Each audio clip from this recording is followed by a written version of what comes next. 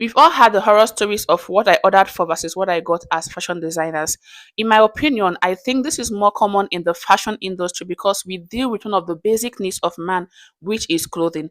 And this episode can happen to anyone in the fashion industry, whether you are a beginner or you are an experienced fashion designer. As long as you are still growing and learning in the business, this episode can happen to you. As a fashion designer, negative reviews can be disheartening, especially when a customer's expectation is not met. Because once a customer gives you their dress to make, they believe you can deliver what they want. That's because they might have seen your previous work and they trust you enough to deliver what they want you to make for them. So if you're unable to do that, it is going to bring about bad reviews, and you can also lose some customers that you might get through that one client. But as fashion designers, we can avoid these feels. That is why today I'm going to be sharing with you some tips on how to deliver exactly what your client wants. So whether you're a beginner or an experienced designer, this video is for you. So stick around and watch this video till the end. The first step to avoiding the episode of what I ordered for versus what I got as a fashion designer is to understand what your client wants. Learn to ask relevant questions. Ask for reference picture if necessary. If you know how to sketch, sketch out the design and show the client this is what you understood by what he or she has been saying. And if they are okay with it, you can go ahead to start making the dress. Some customers will come to make one particular style and they will have three other reference picture where they want you to pick out a sleeve design from or the skirt design and all that. You need to learn to understand them perfectly well before you go ahead to start making their dresses.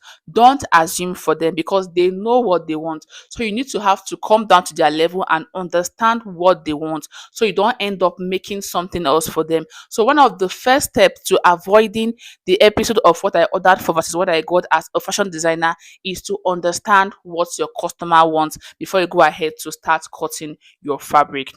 The next step to avoiding this episode is to use high quality material. A cheap material can ruin even the best designs.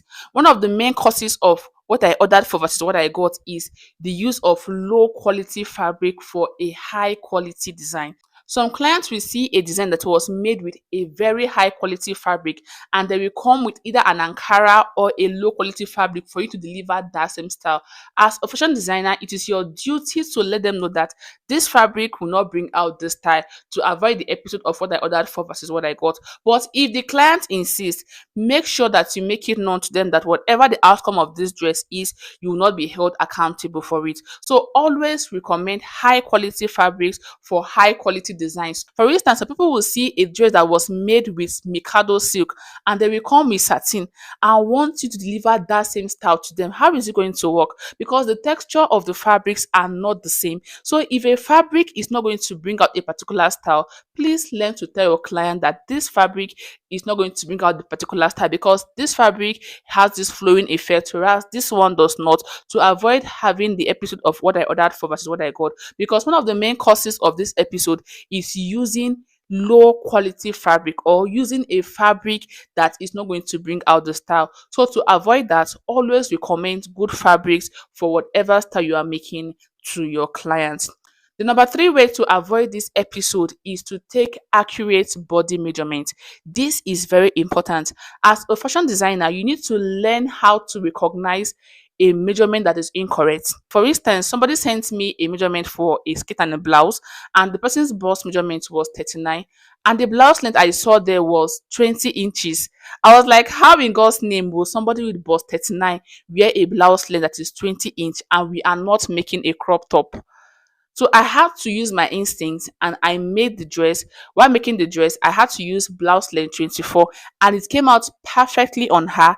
There was no issue with the dress. So if a client sends you a measurement, learn to analyze the measurement. If you see any discrepancies in that measurement, reach out to the client. If it means you taking the measurement with the client virtually, if the client is not close by, please do, so that you don't end up with the episode of what I ordered for versus what I got. Because if you look at these videos being displayed on your screen now, you will discover that some of the dresses being delivered by the designers is not even the size of the customers. So the person that made the dress used an inaccurate measurement and this was the end result of that. So one of the ways to avoid this episode is to use accurate body measurement. So these three steps I've listed so far has to do with you and your customers. The next step has to do with you. As a fashion designer, to avoid the episode of what I ordered for versus what I got, the first thing you need to do before you go ahead to start cutting your fabric is to analyze a style. Most of us don't analyze styles. We just assume, okay, this is a bustier dress, it has a pencil skirt, I will start cutting it. Whereas it might be an overbust corset dress, it might even be a Victorian corset dress. So you need to learn how to analyze a style before you go ahead to start cutting it out. And if you don't understand the style clearly, or if you are having double thoughts about the style, you can reach out to your colleague and ask them questions. That is why it is very, very important to build relationship with people in the same business as you, so that when you have an issue, you can run to them for clarity. So you need to learn to analyze a style. Style analysis is very, very important. If it means you sketching out the style before you go ahead to start cutting, please learn to do that so you don't end up with the episode of what I ordered for versus what I got. So learn to analyze a style. If you want to avoid this episode, always analyze a style. Check out the fabrics, check out the structure, the body contours, everything. Check out the details very well before you go ahead to start cutting your fabric. And if you know that you'll not be able to deliver that style, what you should do is look for somebody else that can do it and give it to them. Then you pay the person and take your profits. Another way to avoid the episode of what I ordered for versus what I got as a fashion designer is to perfect your sewing skills. Flawless stitches makes all the difference. It doesn't matter if you are using a manual sewing machine or an industrial sewing machine. Learn to have a perfect stitch. Learn to stitch on a straight line. If it has to do with a curve, learn to stitch on that curve area perfectly well, because a neat finishing is also going to bring out the design properly. And also, when making your dress, if while drafting you added 0.5-inch allowance, learn to sew that 0.5-inch allowance.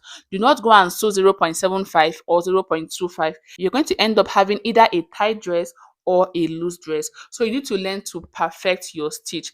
And one of the ways to perfect your skill is to consistently practice.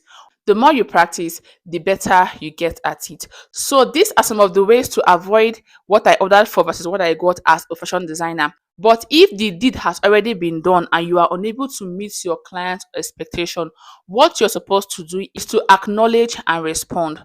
Do not go ahead to start claiming rights and start saying that I told her that the fabrics will not be enough, or the money she's paying will not be enough, blah, blah, blah.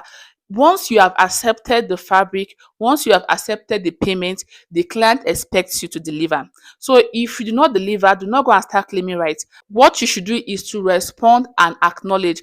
Apologize to your customer, because if you go there and start claiming rights, you end up making your customer angry and you might lose that customer. But if you approach the situation very well and you respond to them, you apologize, and you also offer solution, you will end up keeping that customer for a very long time. So you can decide to refund the customer, make another dress for the customer, or alter the style to another style. But while at it, make it clear that this is what you want to do, so that the customer will know what to expect from you, to avoid another episode of what I ordered for versus what I got. So, guys, these are some of the things you could do to avoid the episode of what I ordered for versus what I got. Delivering exactly what your clients want is not really hard. All you need to do is to communicate well, use high quality fabric, take accurate body measurements, and you are good to go. So, if you find this video helpful, don't forget to subscribe if you are yet to, and also don't forget to like, share, and drop a comment. Thank you for watching. I'll see you in my next tutorial.